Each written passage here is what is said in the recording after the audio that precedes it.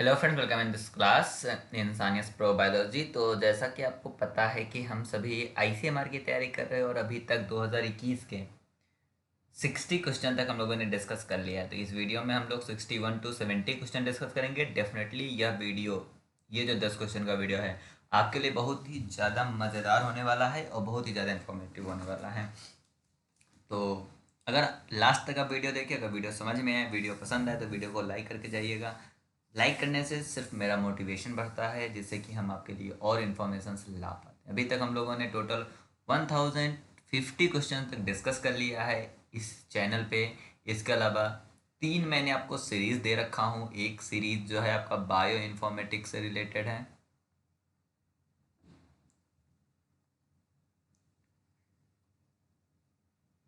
एक आपका माइक्रोबायोलॉजी से रिलेटेड है, माइक्रोबियल बायोटेक्नोलॉजी नाम से, और इसी के ऊपर बायो स्टैट्स से रिलेटेड कुछ मैम ने आप लोगों को पढ़ा रखा है। और इसी चैनल पे मॉर्निंग डोज है। मतलब टोटल आपको इस चैनल से 4 बहुत अच्छा कंटेंट आपको मिल रहा है, जिसमें पॉइंटर्स हैं, जिसकी तैयारी करके आप कोई भी एग्ज़ाम क्वालिफाई कर सकते हो। इससे रिलेटेड कोई भी क्वेश्चन आता है तो बायोइन्फॉर्मेटिक्स जिस दिन मैंने ख़त्म किया उसके बाद से अभी तक, चाहे वो हैदराबाद एग्ज़ाम हो या डीबीटी एग्ज़ाम हो, बायोइन्फॉर्मेटिक्स क्वेश्चन वहीं से आया है। डेफिनेटली आपका आईसीएमआर का भी क्वेश्चन वहीं से आएगा। इस क्वेश्चन में मैंने पूछा है which of the following is correct regarding the surfactant of the lung.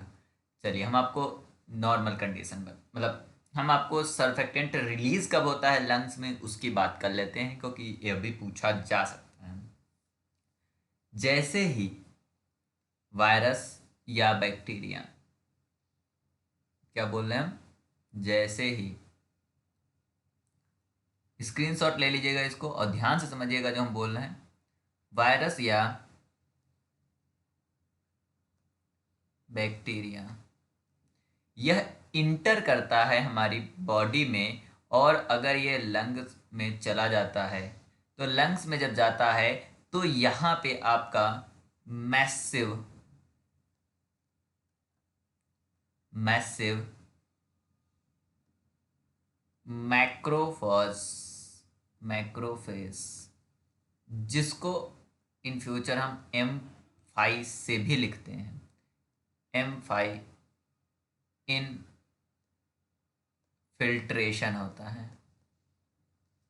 मतलब क्या है कि मैक्रोफॉज आता है। मैक्रोफॉज आने से क्या होगा, मैक्रोफॉज होने से यहाँ पे फैगोसाइटोसिस की प्रोसेस होगी, और यहाँ पे यह मैक्रोफॉज जो है एल्बियोलर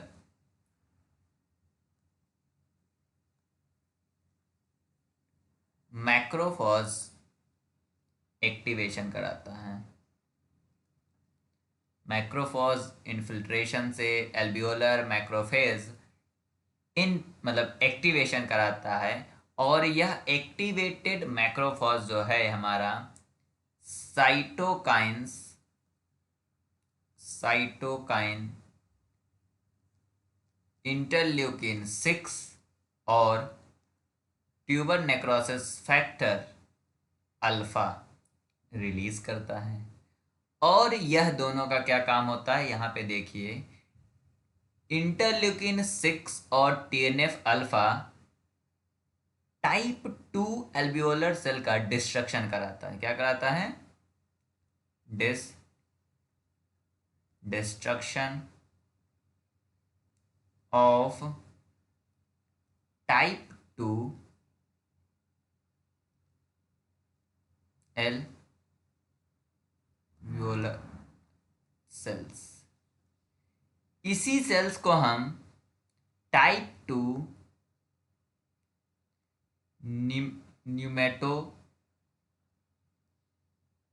न्यूमोसाइट्स बोलते हैं। न्यूमोसाइट्स टाइप 2 एल्वियोलर सेल्स को, या टाइप 2 एल्वियोलर सेल्स को हम टाइप 2 न्यूमोसाइट्स बोलते हैं। ये जो आपका डिस्ट्रक्शन हुआ, इस डिस्ट्रक्शन से जो हमारा एक लंग जो है एक प्रोटेक्टिव सब्सटेंस रिलीज करता है, that substance is known as surfactants. कौन कौन से क्वेश्चन यहां से बनेंगे वो हम आपको बता दें। सबसे पहला क्वेश्चन, अगर सर्फेक्टेंट सबसे ज़्यादा हो रहा, ज़्यादा रिलीज हो रहा है तो किस चीज़ से इन्फेक्शन होने का डर है, बैक्टीरिया या वायरस। कोई पार्टिकल जो है, एक और फॉरेन एंटीजन, कोई फॉरेन मटेरियल बॉडी के अंदर इंटर हुआ है। लंग्स के अंदर कौन सा सेल या मतलब लंग्स के अंदर फैगोसाइटोटिक नेचर कौन दिखाता है, alveolar cell. Type 2 alveolar cell, जिसे हम टाइप 2 न्यूमोसाइट्स बोलते हैं, वह एक्टिव, उसका डिस्ट्रक्शन, सॉरी एक्टिव नहीं, उसका डिस्ट्रक्शन किस इंटरल्यूकिन के कारण होता है, इंटरल्यूकिन 6 के कारण या ट्यूबर नेक्रोसिस फैक्टर अल्फा के कारण। इतने क्वेश्चन इससे पूछे जा सकते हैं, बट मैंने आपको कहा था ये वीडियो बहुत ही ज़्यादा इन्फॉर्मेटिव होने वाला है। क्यों कहा था वो हम आपको बताते हैं। हमारे बॉडी के अंदर कुछ फैगोसाइटोटिक नेचर रखते हैं, जो कि माइक्रोफेज भी रखता है। उसमें डिफरेंट ऑर्गन में फैगोसाइटोटिक नेचर रखने वाले सेल अलग अलग हैं, जिसमें लीवर के अंदर जो सेल होता है जो कि फैगोसाइटोटिक नेचर रखता है, उसे हम कुफर सेल बोलते हैं। इसी के तरह लंग्स की अगर बात करें तो लंग्स के अंदर जो आपका फैगोसाइटोटिक नेचर होता है वो हमारा एल्वियोलर सेल है।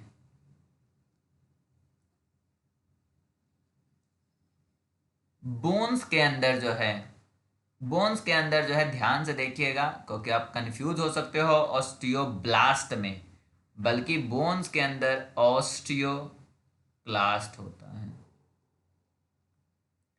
उसी तरह ब्रेन के अंदर जो होता है वो आपका माइक्रोगिलिया होता है, माइक्रोगिलिया होता है।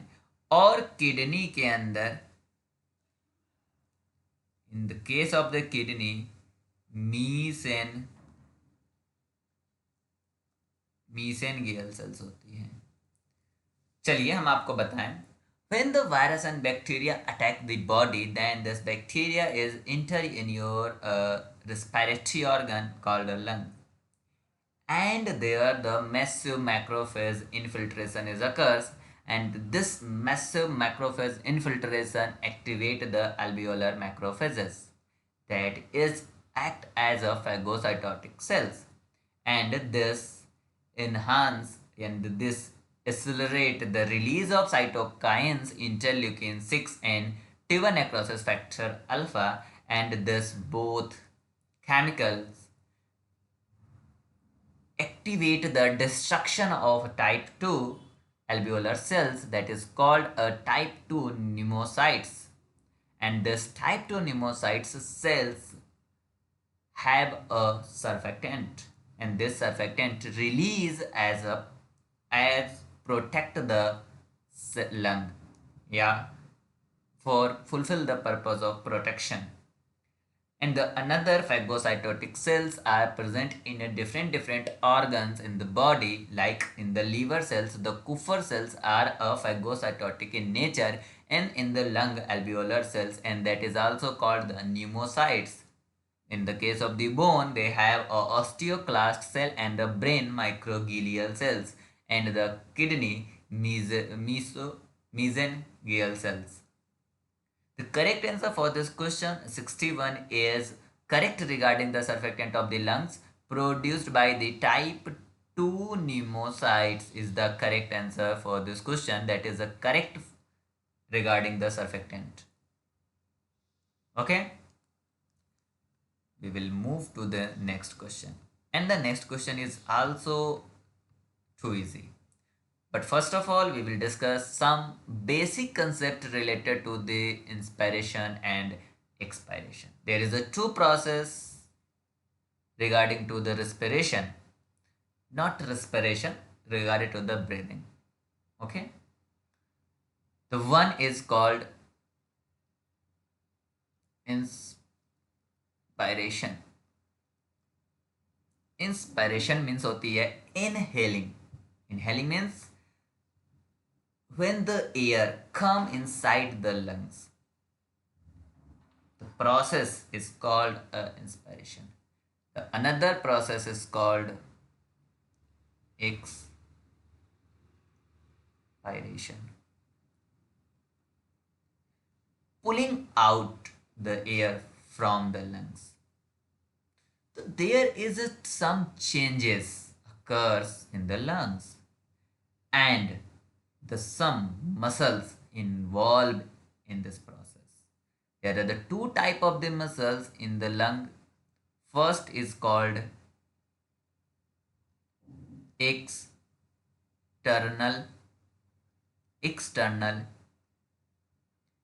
intercostal muscle, and second is called internal intercostal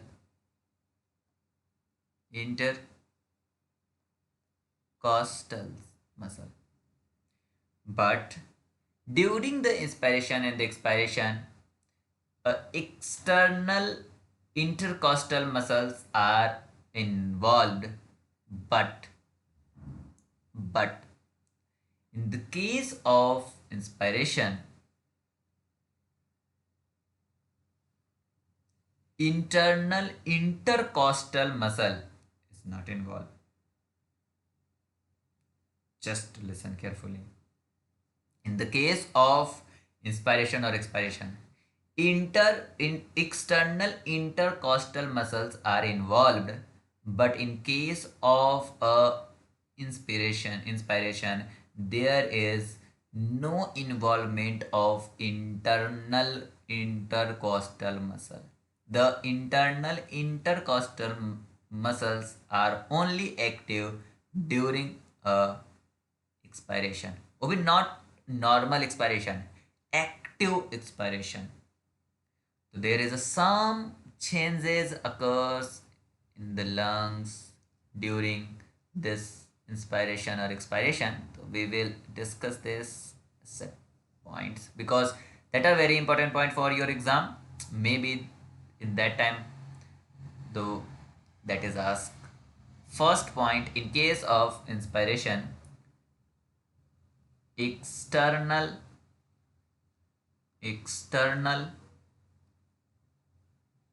intercostal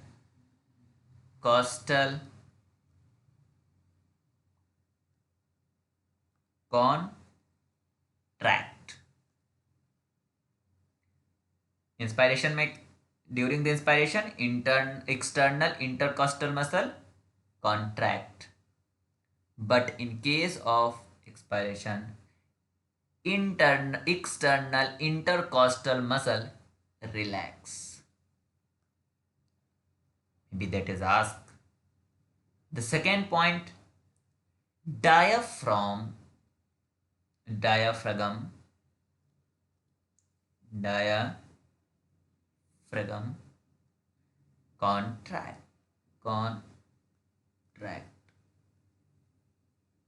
contracts. Their expiration relax. The third point, ribs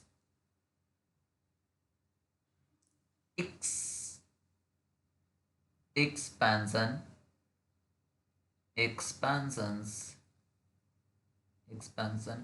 of ribs expansion of ribs moves sternum moves sternum upward and outward.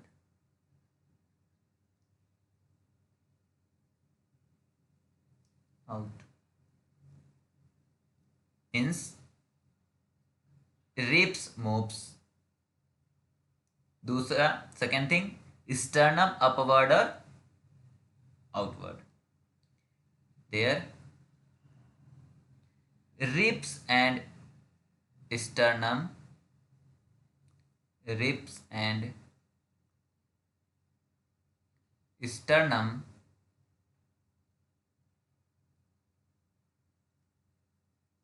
depress.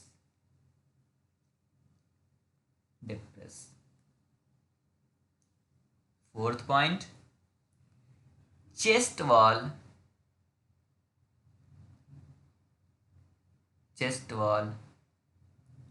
and lungs expand. That is just a common sense because we inhale the extra air. That is in chest wall and lungs expand. But in the case of expiration, chest and lungs contract. One and last important point for expiration is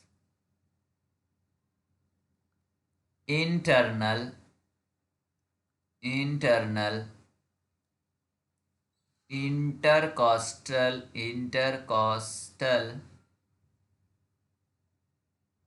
internal intercostal and the another also abdominals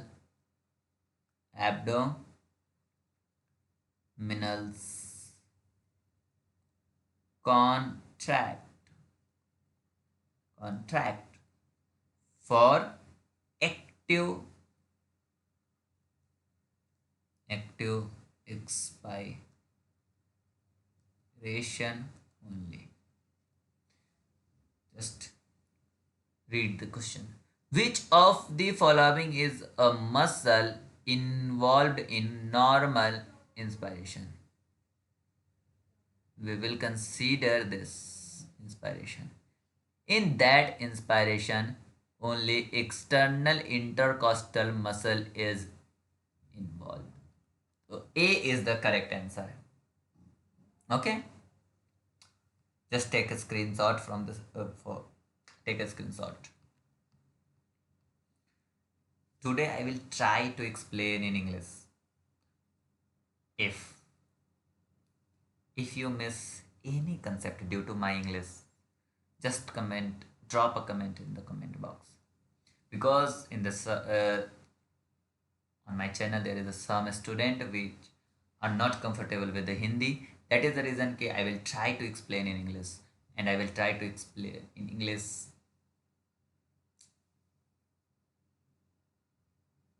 just cooperate with me. The question number 63, which of the following region of the eye has the greatest concentration of the cones? In the case of eye, the eye is made up of two type of the cells. One is not only two type but mainly two type, cone and the rod cells. Another cells is also there. Okay, but for this question we will only say the cones and a rod. One is a light sensitive and another is a dim light sensitive. In the brain, in the eyes, there is a one region. The region is called macula lutea. Macula lutea is have a very high concentration of the cones, and that region macula lutea resides in the retina, and that are very concentrated with the cone cell, and they provide detailed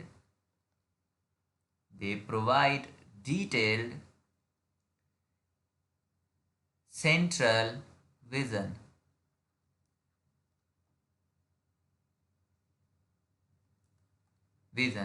And that area on the retina which have a high concentration of the cones is called fovea.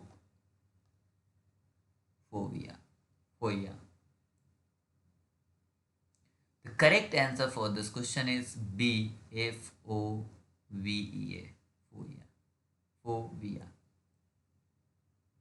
Fovea.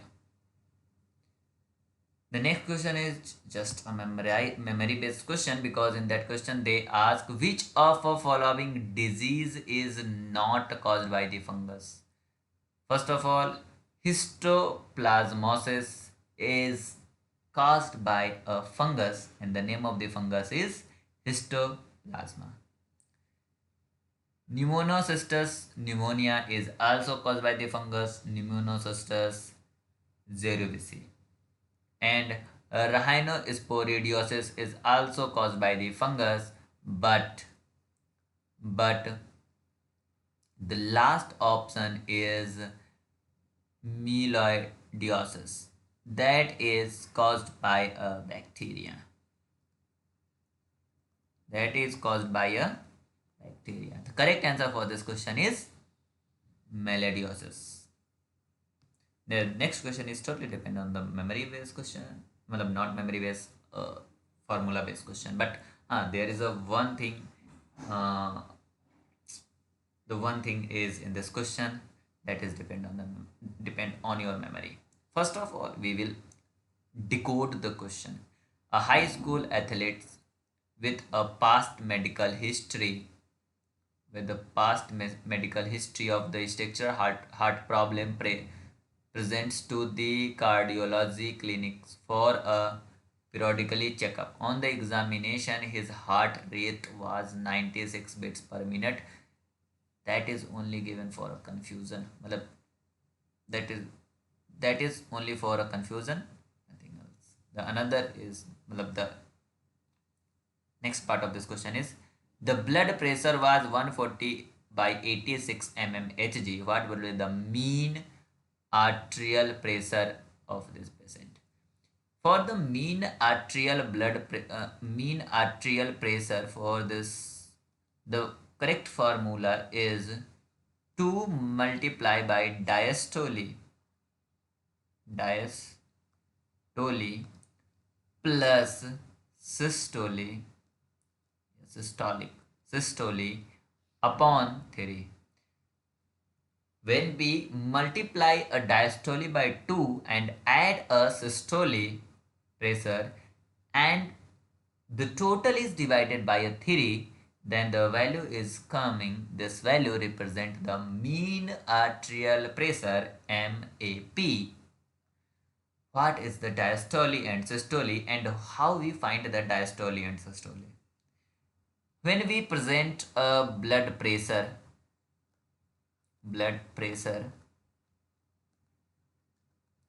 140/86 mmHg, in that value, the upper value 140 means the blood pressure is represented as systole as a nominator and diastole as a denominator. So systole is a 140 mmHg and diastole is a 80 mmHg. We will put this value on this equation and we get a 2 into diastole means 86, not 80, 86, plus systole is 140/3. So 6 2s are 12 and 8 2s are 16 plus 172 plus 140/3. 2, 7 or 4, 11 and 1, 2 and 3. 3 1s are 3, 0, 3 4s are 12. So 104 mmHg is a value which is a mean arterial pressure MEP for this patient. Correct answer for this question is D, 104 mmHg. Okay, we will move to the next question, and next question is too easy question, and I in my previous video like a DBT exam and multiple time when we discuss the questions DBT and HCU exams, this question is coming in that videos also. In that question, they ask the histones pack the DNA into the repeating array of DNA protein particles called. First of all, histone is the basic amino acid which is enriched with the arginine and lysine amino acid, and that is a positively charged amino acid, and the DNA is a negatively charged amino acid. Histone and DNA bind with each other and interact with each other by the electrostatic interaction, and they made a repeating unit, and that repeating unit is called a nucleosome. The core nucleosome are made up of 8 histone proteins, and in the nature there are H1, H2A, H2B, H3 and H4. 5 type of the histone proteins are there: H1, H2A, H2B, H3, H4, and H1 is a linker protein, and another 4 make a core protein, core nucleosomes, and in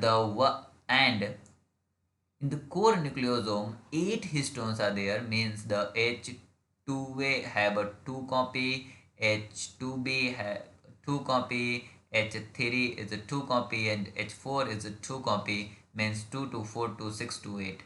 8 copy of the histones, the core of the nucleosomes.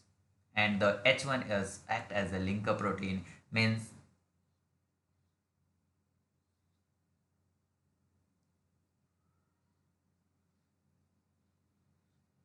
like this is the H1, and in that portion H2A, H2B, H3, H4, in that type, and the just behind this 1 copy is also there, and 1 2 3 4 and 1 2 3 4 4 4 are 8.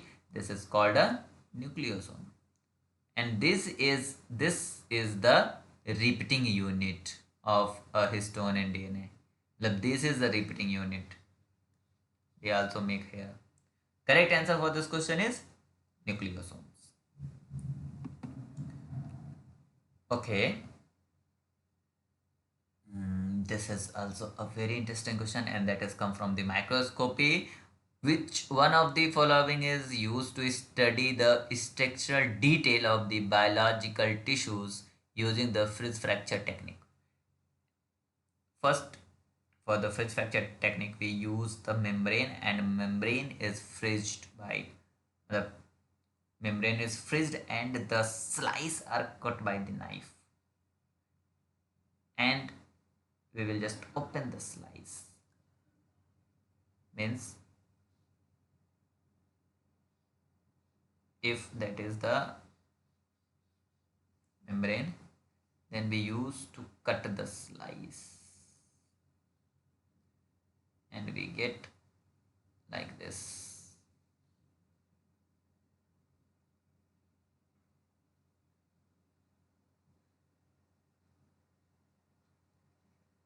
So that is one part, one leaf, and that is another leaf. And if we want to study the structure detail of this tissue, we will use transmission electron microscopy. In that microscopy, the electron are transmitted. For the scanning electron microscopy, we only use the topology. We know the topology of the biological molecule because they scan the outer layer. And the transmission electron microscopy, electron just transmit the whole tissue, whole cell, whole particle, and they give the inner structure detail of the molecule. If you want to study the structure detail of the biological material, then we use the transmission electron microscopy, in the short that is called a TEM. TEM. And the scanning electron microscopy is called a SEM, and that gives the topology, information about the topology of the molecule and the outer surface, detail about the outer surface of the molecules. Okay, just before this question we will see some concepts. We will assume that this is the normal chromosome, and this normal chromosome is in the middle,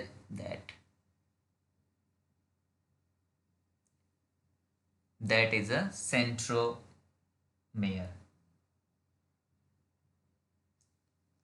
And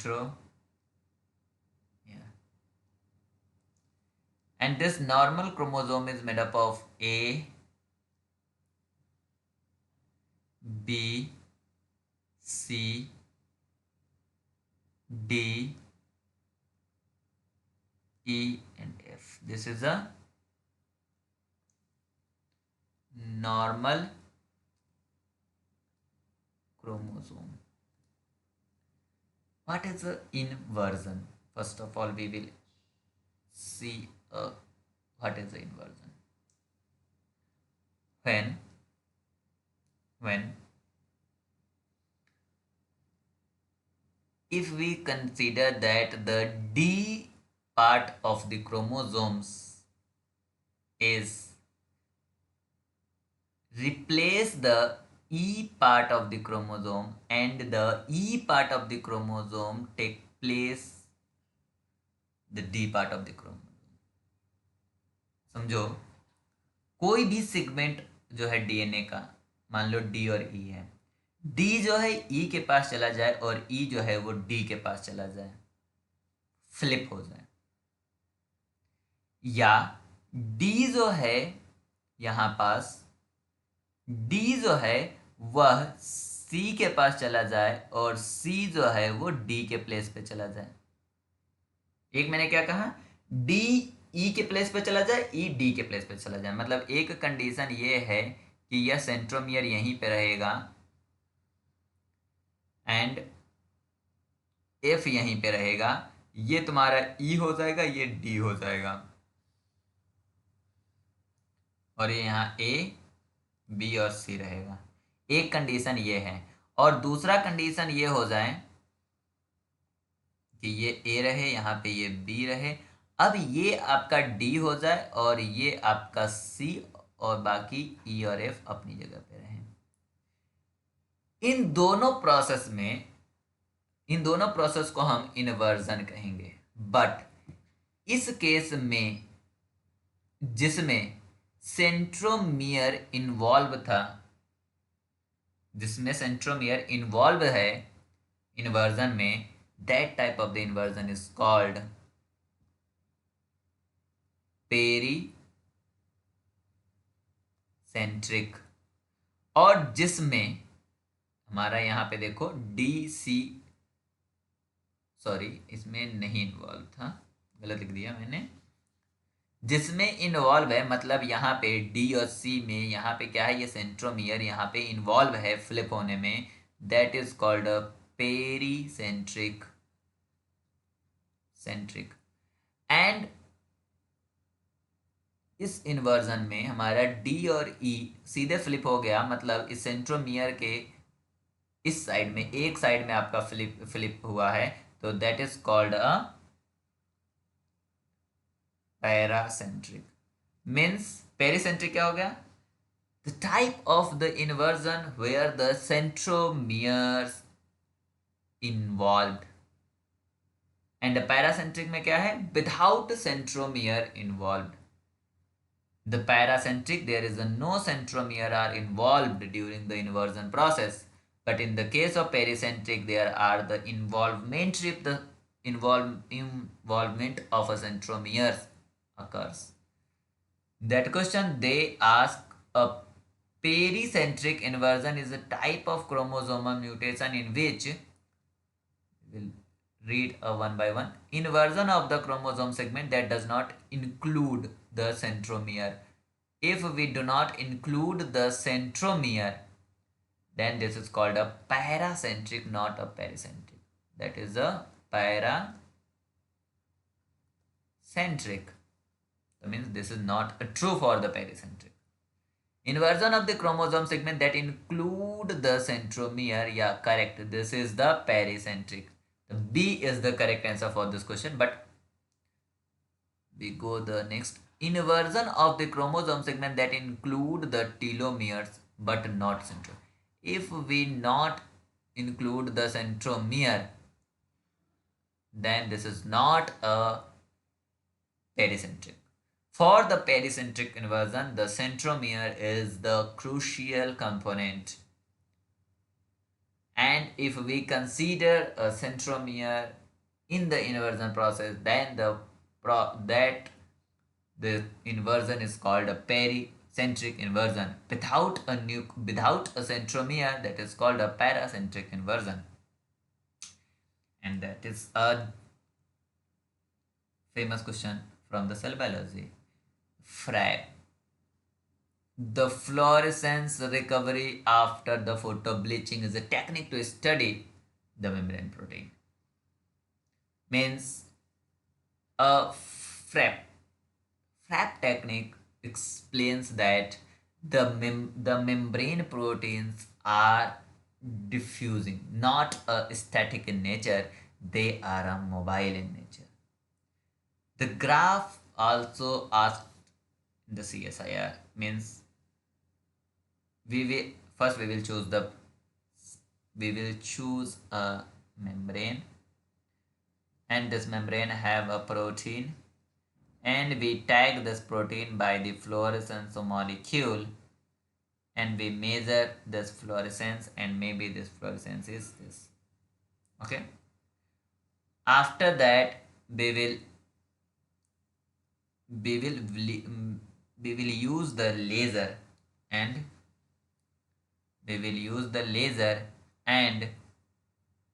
by the laser the process is called a bleaching. The process is called a bleaching, means the intensity of the fluorescence is go down, and after the some time we find that the fluorescence of the molecules are recovered, but definitely never cross this and never go, never get a complete never get a complete fluorescence, because we bleach the molecule, we bleach the some protein. Means the last condition that is occurs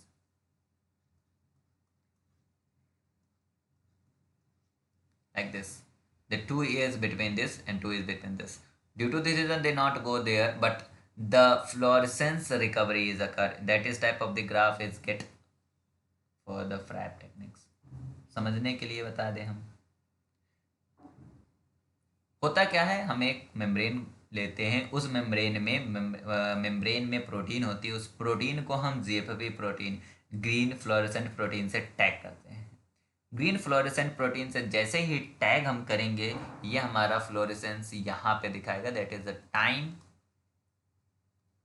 and that is a fluorescence.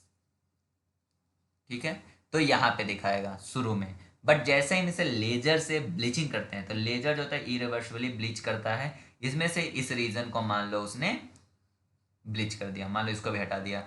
जैसे bleaching को हम करेंगे वो क्या होगा, हमारा fluorescence बहुत ही ज़्यादा कम हो जाएगा, बट जीरो नहीं होगा, ध्यान रखना।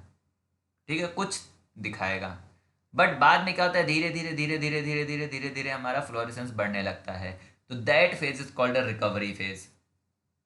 ये रिकवरी हो क्यों रही है? क्योंकि ये जो मेम्ब्रेन की प्रोटीन है ये पूरे में घूम घूम के चारों तरफ यूनिफॉर्म हो रही है।